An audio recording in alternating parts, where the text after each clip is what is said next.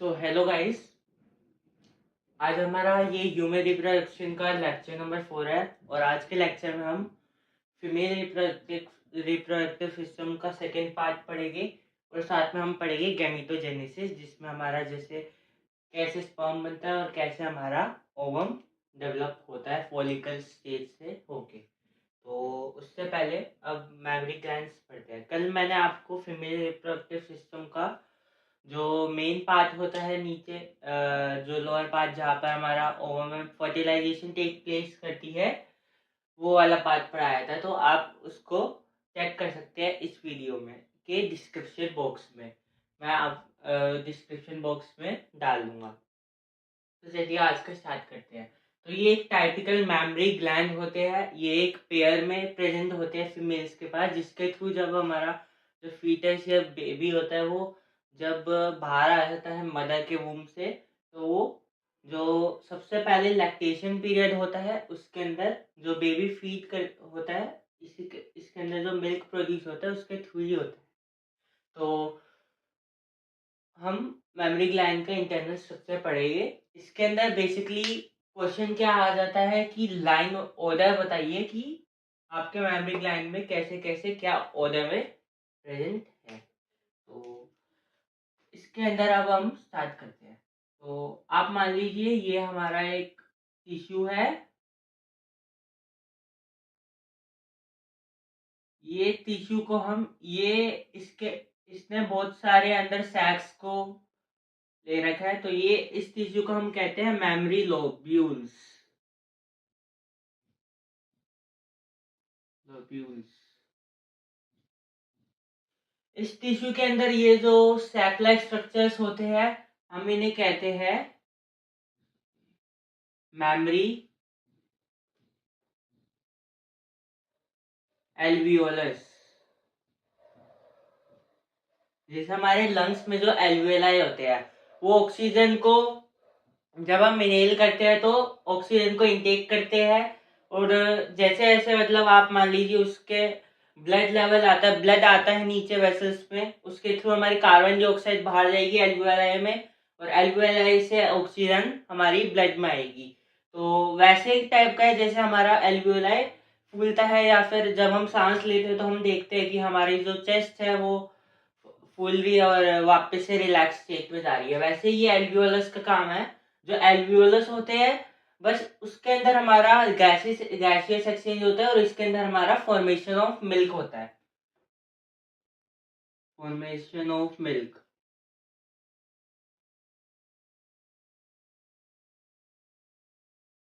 हाँ, तो अब फॉर्मेशन ऑफ मिल्क होके आगे ये फर्दर जाता है हमारा मेमोरी डक्ट में। मेमोरी डक्ट्स में, या फिर आप मान लीजिए मेमोरी ट्यूब्यूल्स भी हम इसे कहते हैं। तो मेमोरी डक्ट्स पे जाता है। जैसे हमारा मेमोरी लोब्यूल्स है, उसके अंदर हमारे एल्वियोलस होते हैं। एल्वियोलस सैक लाइक स्ट्रक्चर होते हैं, जैसे इसके अंदर हमारा मिल्क फॉर्मेशन होता है। एल्वियोलस से ट्रांसफर होता है ये हमारा मेमोरी डक्ट में। मेमोरी डक्ट से ट्रांसफर होएगा ये हमारा एम्पुला में। एम्पुला, मेमोरी एम्पुला भी कह सकते हैं, एम्पुला भी कह सकते हैं। एम्पुला से ये जाएगा हमारा लैक्टिफेरस डक्ट में। लैक्टिफेरस डक्ट, और लैक्टिफायर डक्ट से ये निपल के थ्रू बेबी सक करके मिल्क पीता है। फीमेल में ये एक पेयर में होते हैं। आफ्टर प्यूबर्टी इनके अंदर डेवलपमेंट स्टार्ट हो जाता है, बट मिल्क फॉर्मेशन तभी होता है जब प्रेगनेंसी या मेंस्ट्रुअल साइकिल होता है। अब प्रेगनेंसी जब लास्ट स्टेज होता है, 8th या 9th मंथ, तो इसके अंदर मिल्क प्रोड्यूस होना स्टार्ट हो जाता है प्रोलैक्टिन हार्मोन की मदद से, और इसके ऊपर बहुत सारे रिसेप्टर्स होते हैं। तो पहले हमारा मेमोरी लोब्यूल्स है, जिसके अंदर हमारे एल्वियोलस है। एल्वियोलस में हमारा मिल्क फॉर्मेशन होता है। फर्दर एल्वियोलस ज्वाइन होते हैं हमारे मेमोरी डक्ट से। मेमोरी डक्ट से हमारा, या फिर मेमोरी ट्यूब्यूल भी कहते हैं इसे, मेमोरी ट्यूब्यूल से हमारा जाएगा एम्पुलरी रीजन में, एम्पुलर रीजन से लैक्टिफेरस डक्ट। अब लैक्टिफेरस डक्ट से ये डायरेक्ट निपल के थ्रू जो बेबी होता है उसे लैक्टेशन करते समय जो बेबी को मिल्क मिलता है वो निपल्स के थ्रू सक करके ही मिलता है। जब बेबी सक करता है निपल पे तो एक ब्रेन के पास फंक्शन जाता है कि ये ऐसे ऐसे बेबी कोई कुछ सक कर रहा है, तो वो फिर एम्पुला जो हमारा एल्वियोलस रीजन है उसमें मिल्क फॉर्मेशन स्टार्ट होता है और वो लैक्टिफाई मैमरी डक्ट एम्पुला लैक्टिफाइड डक्ट से होते होके निपल्स तक आता है। ओके, अब ह्यूमन हेल्थ एंड डिसीजेस में भी हम पढ़ेंगे कि इसका क्या फायदा होता है। जो हमारा मैमरी ग्लैंड्स का मिल्क होता है is called colostrum.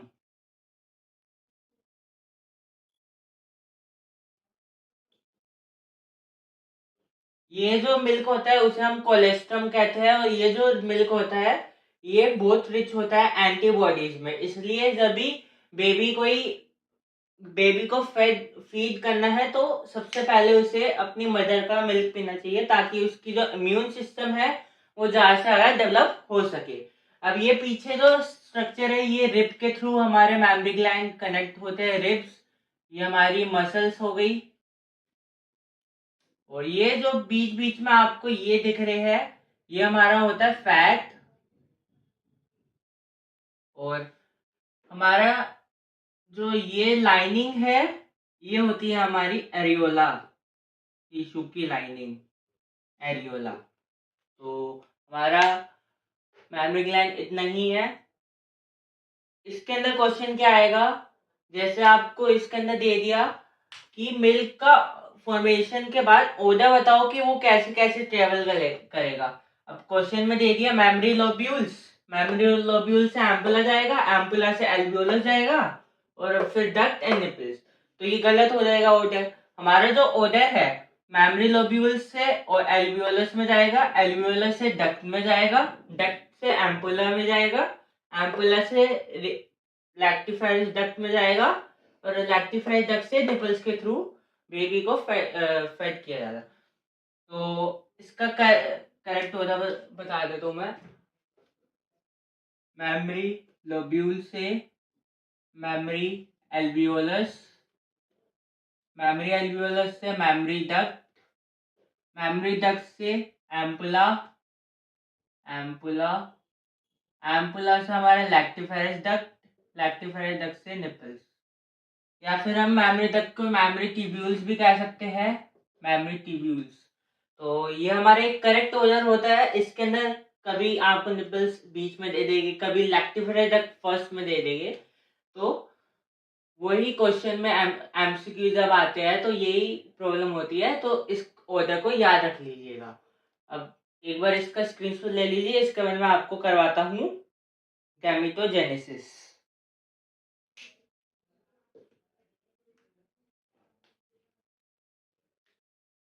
Female reproductive system का पूरा हमने सेकेंड हाफ में पढ़ लिया है एंड हम इसके अंदर अब गैमेटोजेनेसिस देखें कि कैसे हमारा स्पर्म एंड ओवम बनते हैं।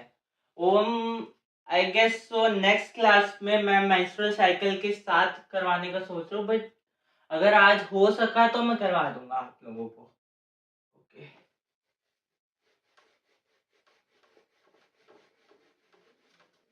ओके,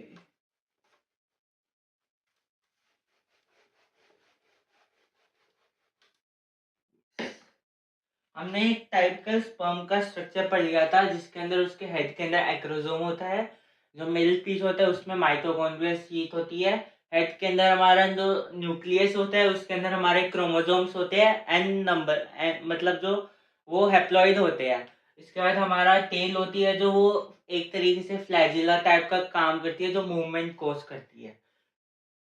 तो वो बनते कैसे हमारे वो सीखेंगे हम।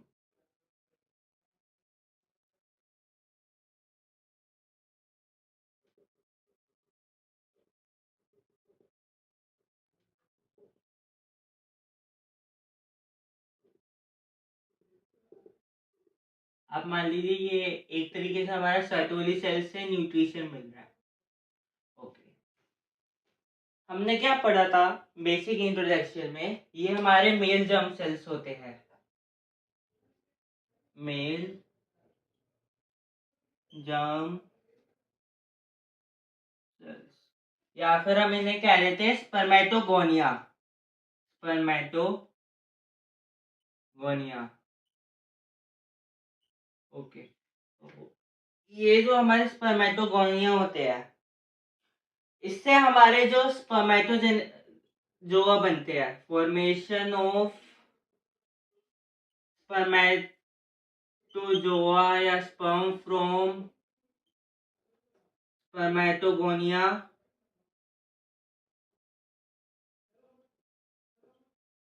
is called spermatogenesis।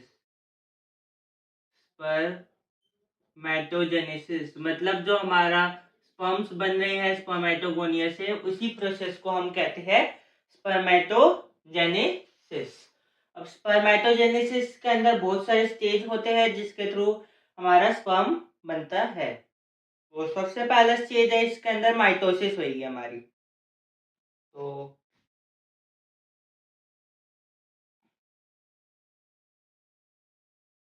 आप मान लीजिए ये हमारे माइटोसिस होके और बड़े हुए, इसे हम कहते हैं प्राइमरी स्पर्मेटोसाइट, प्राइमरी स्पर्मेटोसाइट। अब प्राइमरी स्पर्मेटोसाइट में फर्दर हमारे मियोसिस होती है और ये डेवलप कर लेते हैं हमारे, या फिर थोड़ा छोटा बनाना पड़ेगा, कंपैरेटिवली इससे छोटे होते हैं बहुत। तो ये हमारे सेकेंडरी स्पर्मेटोसाइट होते हैं। हमारे स्पर्मेटोगोनिया है, स्पर्मेटोगोनिया में माइटोसिस हुई, माइटोसिस से हमारे प्राइमरी स्पर्मेटोसाइट बने, प्राइमरी स्पर्मेटोसाइट में हमारी मियोसिस हुई, सेकेंडरी स्पर्मेटोसाइट बने। अब हमारी इसमें फर्दर एक और मियोसिस होएगी और हमारे बनेंगे स्पर्मेटिड्स।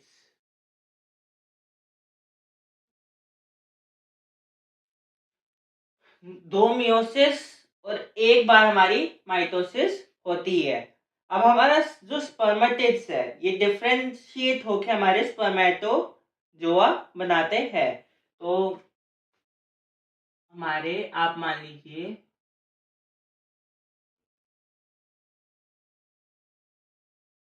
एक स्पर्मेटिड से हमारे दो स्पर्मेटोजोआ बनते हैं, तो दो से हमारे बनेंगे 4 स्पर्मेटोजोआ। अब ये है हमारे स्पर्मेटोजोआ,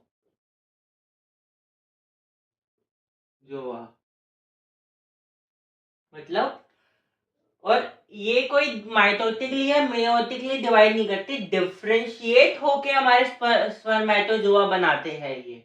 अब हमारे स्पर्मेटोजोआ बने इस सर्टोली सेल्स के ल्यूमेन से, जो भी हमारा, या फिर ये यहाँ पर ल्यूमेन्स में अटैच है, ये ल्यूमेन ऑफ सेमनिफेरस ट्यूब्यूल से बाहर निकलकर हमारे वासा एफरेंशिया और के थ्रू एपिडिडाइमस में आएंगे।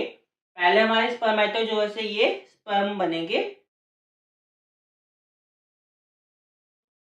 और उसके बाद हमारा एक और प्रोसेस होता है जिससे हमारे जो ये है स्पर्मेटोजोआ, ये स्पर्म बनके सेमनिफेरस ट्यूब्यूल को लीव करके ये हमारे एपिडिडाइमस में जाते हैं मैच्योरेशन के लिए। अभी मैं आपको प्रोसेस का आगे एक बार अच्छे से दिखा दूंगा किसमें कौन सा प्रोसेस है।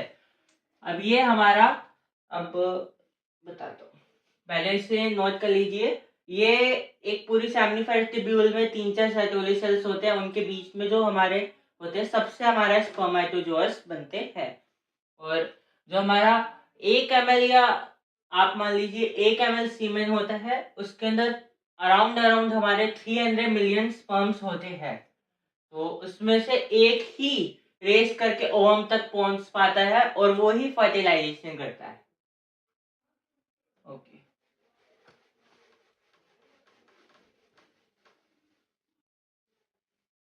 1 ml में हमारे 100 मिलियन होते हैं, 3 ml में हमारा 300 मिलियन स्पर्म्स होते हैं। अब आप मान लीजिए spermatogonia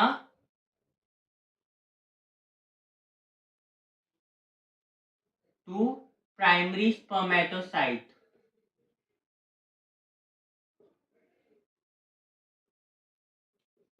secondary spermatocyte, spermatids,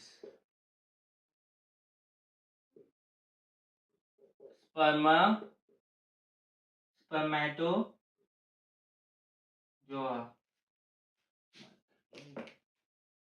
spermatozoa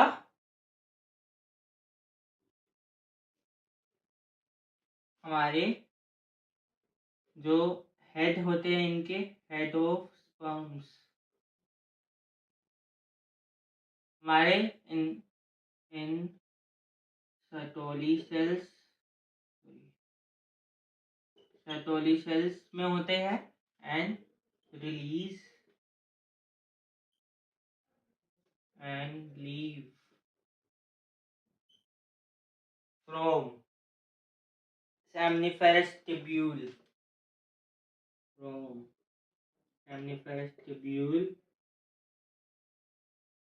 to epididymis।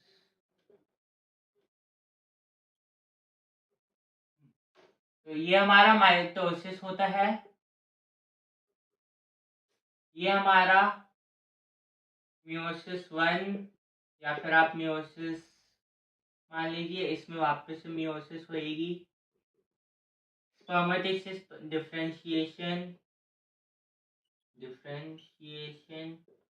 और जो ये प्रोसेस होता है इसे हम स्पर्मियोजेनेसिस कहते हैं, जिससे में हमारा जो स्पर्म बनता है वो बनता है, स्पर्मेटोजोआ बनता है स्पर्मेटिड से, वो होता है हमारा स्पर्मियोजेनेसिस।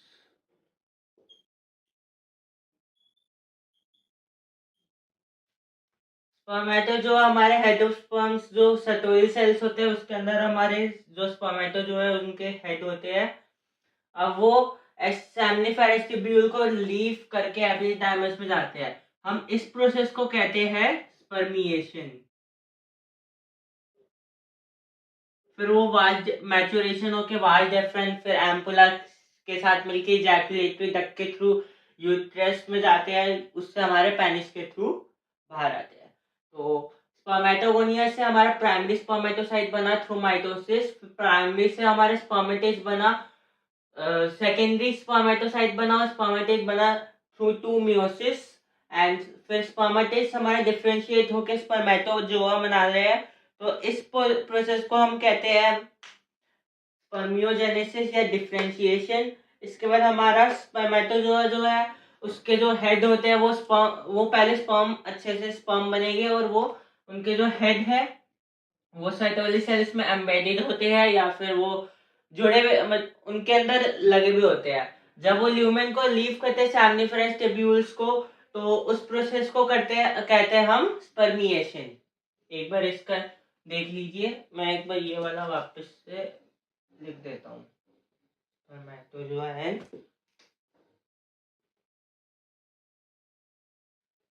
spermatids and spermatozoa।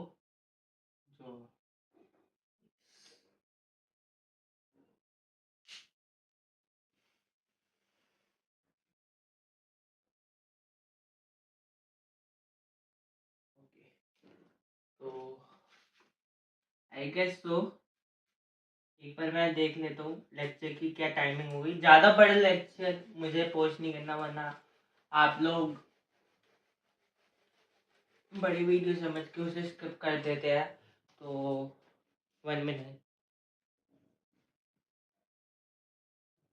तो ओके, आज का लेक्चर इतना ही रखते हैं।